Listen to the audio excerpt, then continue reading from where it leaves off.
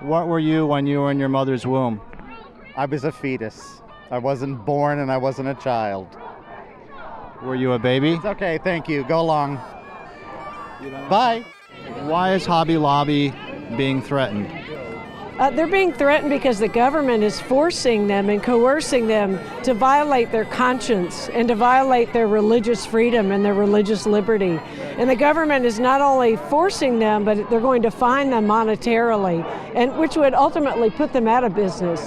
It's a problem that is just endemic in our culture and in our society, and it really is time for us to respect small business America and people who are really out to serve their families well, to serve their employees well, and who have the right to exercise life-affirming health care. We will not let that happen.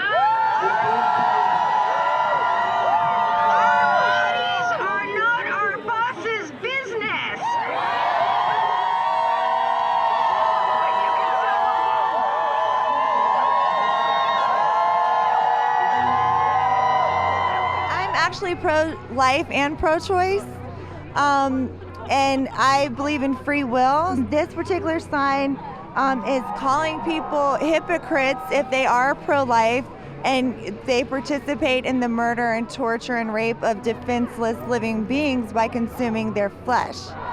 So does Hobby Lobby have the choice not to pay for abortion? I don't think Hobby Lobby is a person. Is a pregnancy a baby? I don't believe so, no.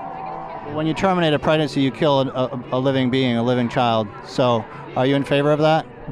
I don't think that the fetus is worth more than the woman carrying it, and I think that her health, her life, and her decisions outweigh that.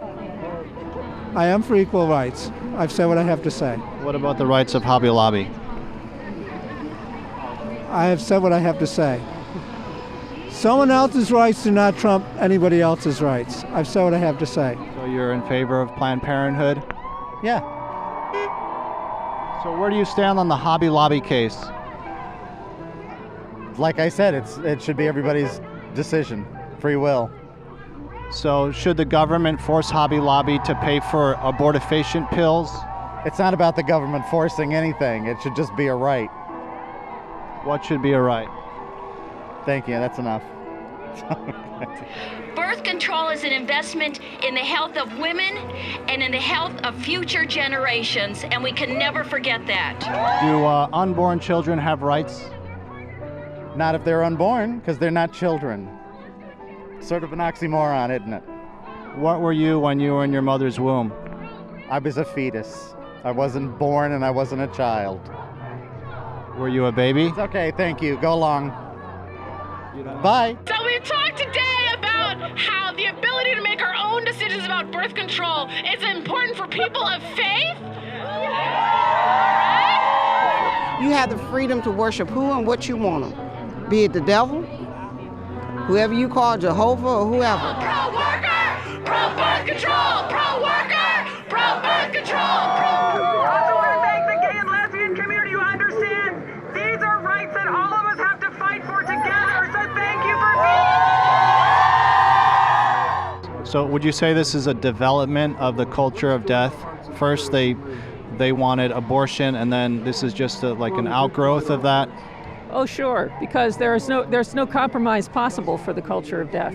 Because once they admit one little iota of a principle about a right that is not subject to their will, then then their position collapses. What the Obama administration is doing is saying that the very values and the very faith that animates the work that the Hahn family and the Green family does is inadmissible when they go into business. A family does not surrender their religious freedom just because they make a living in business, just because they provide jobs for thousands of people, just because they provide generous benefits for thousands of people. Religion provides us with the answers to life's most important questions. Who am I? Why am I here? What is my purpose in life?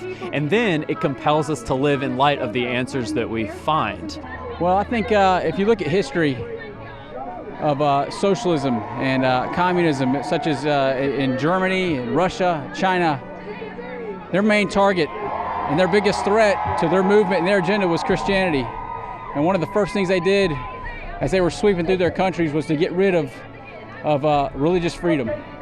And in doing so, they get rid of the value of life. And religious freedom is at stake today.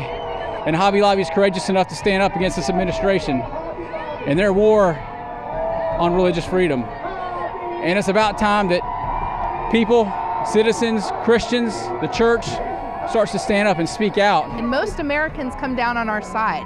Americans are more pro-life. There are more pro-life Americans than there are pro-choice Americans today, according to the latest Gallup polls. So this is something that's impacting a wide range of Americans across our country, and it's very important that they speak out and that they show their support to groups like Hobby Lobby and Conestoga Woods. To date, over 545,000 Christians have signed their name, saying that while they will happily render unto Caesar what belongs to Caesar, they'll never render unto Caesar what belongs to God. Lord, as we see before us today a battle not only of importance for America, a battle of importance for the world, a battle of biblical proportions is what we see here today. We say with the first apostles, we will obey God rather than men. And Lord, if the laws of men accommodate the practice of our faith, then so be it. We thank you for a free nation. But if it should befall us, Lord, to be in a nation where the laws do not allow us to practice our faith, we declare today, O Lord, and we ask you for the strength to live it out, that we will endure and suffer any penalty. We will endure and suffer any loss. We will endure and suffer any punishment. But we will not betray our loyalty to God and to His law. We will not compromise our faith, whether the government thinks it's a compromise or not. We will not allow the government, O Lord, to dissect and define the beliefs of our religion or the requirements of our moral code. We will decide what moral code we will live, and we will live it freely here on this soil in the United States of America. That is the gift, Lord, we ask you for today. That is the strength we ask you to pour into our hearts and minds today, that we may stand united from coast to coast with all those who declare that God is their only ultimate loyalty, and that they will indeed, we will indeed, obey Him rather than men.